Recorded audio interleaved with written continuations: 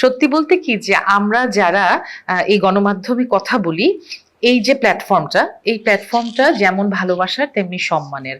এবং আমাকে তোমাকে শত কোটি কোটি মানুষ দেখছে, শুধু দেশেই না দেশের বাইরেও বাইরেও। দেখছেন। হ্যাঁ, তাই যারা আমাদের দেখছেন তাদের মধ্যে বিভিন্ন বয়সের মানুষ আছে, যেমন শিশু আছে, তরুণ তরুণী, যুবক যুবতী, বয়োবৃদ্ধ, সবাই সবাই আছে। আছে, অগ্রজ অনুজ। তাই এই প্ল্যাটফর্মটা বা আমাদের এই বেসটাকে অনেক সম্মান করা উচিত। এবং এখানে একটি কথা বলবার আগে আমাদেরকে অবশ্যই সেটা সুচিন্তিতভাবে বলা উচিত। যেমন তোমার এই প্রশ্নগুলো আমার কাছে খুবই ইন্টারেস্টিং লেগেছে।